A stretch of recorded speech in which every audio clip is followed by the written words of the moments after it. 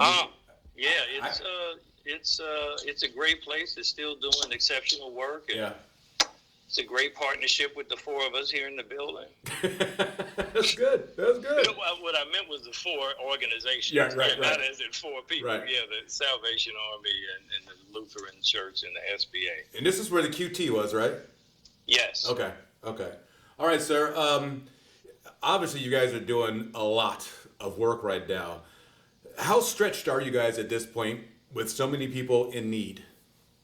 Well, we're stressed at the moment because we are focusing on people's basic needs, and we're getting a drastic increase in requests for food, for rental assistance, for mortgage, foreclosure prevention, and we're also, of course, getting assistance to people in terms of their gas and electric and just basic needs at this point. Not our real empowerment programs, because so many people have become unemployed that just a few weeks ago, of course, had jobs and livelihoods and everything was going well for them, and they quite frankly have been devastated. When you think about the other side of this, can you even imagine right now what it's going to look like as far as people looking for jobs and things like this? Because, it's almost like starting over from scratch for a lot of folks.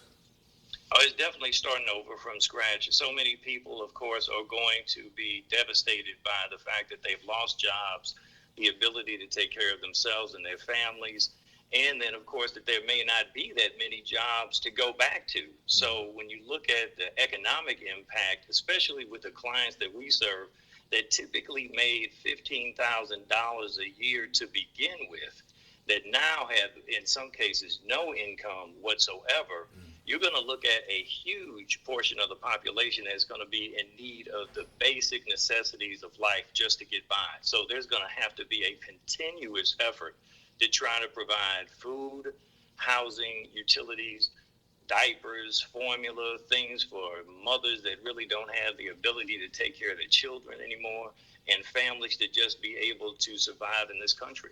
I mean, I don't think we've ever seen anything like this in our lifetime. I mean, we've seen people struggle No. before, but this is way up there. How can folks go about helping out? If I want to, lend a hand, what can I do tomorrow, today to take action?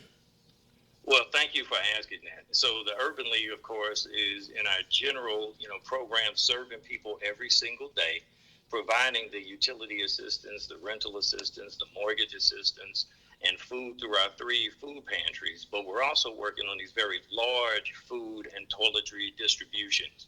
We just did one last week at our Jennings office where we served 1,075 families, and we are working to do another one this Friday to serve 1,500 families on Easter weekend, to provide them with food so that they will be able to have a decent holiday with their families and some sense of normalcy. In order to help us do that and continue each week, we would appreciate any support given to us through our website at ulstl.com. There is a button right there at the front of the page on the website for you to hit, and you can donate any amount of money to assist us, because every single week we are looking to give out over $50,000 worth of food and toiletries. Wow, that is amazing. And I saw the pictures from the food drive or the food giveaway you just had, and it warms my heart to know that you guys are able to do that. But Thank you. how heartbreaking is it to know that you have to do that and then to see the people and to see the faces and to see that long line in person? Well, it is heartbreaking because you think about the fact that we live in a society where we really just kind of get everything instantly. And so we've all become accustomed to going onto our phones or going on the internet and finding out information and getting access to anything that we can right away. So to actually see 1,075 people that started lining up at 6 a.m. for an event that started at noon, and then in many cases waited 2 or 3 hours to go through the line to get food, shows the overwhelming need that is out there in terms of so many people that have been devastated by this. So it is heartbreaking, but the Urban League has always been there for this community. We have a 102-year history of serving St. Louisans. We are always going to be there to try to provide whatever we can in terms of any type of crisis, and we will be there during this one to continue to help St. Louisans have the best lives that they can. Anything you'd like to add, sir? That we thank the station. I want to thank you for all of your support, all of the help in terms of promoting everything that we're doing, giving people the opportunity to donate on our website at ulstl.com to assist us as we try to assist others, and that we are all in this together.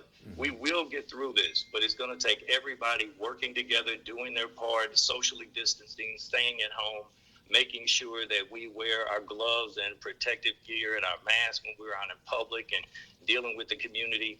And we will get through this by working together. And I thank you again, Randy, for everything you do. Oh, you're welcome, sir. Do you think that message is getting out to our community that there is a need to follow all of these directions, to social distance, to be inside and things like that? Or because it seems like North City and North County, I believe, are two of the hardest hit areas for COVID-19. Do you think the message is getting across?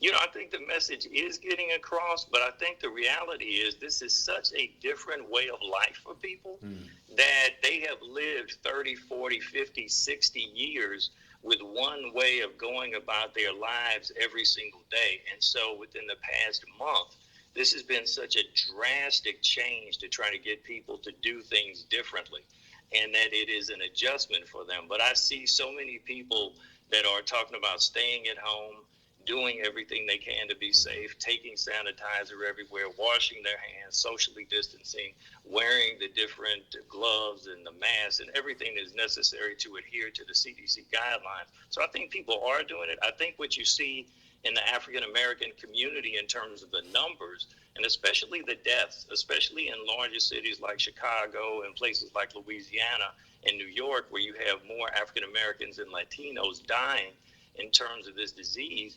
What it deals with is it really exposes to this country and to the world the health disparities in the Black community that existed already in terms of diabetes, heart disease, blood pressure, and so many other things that have been here for decades, and really since African Americans came to this country.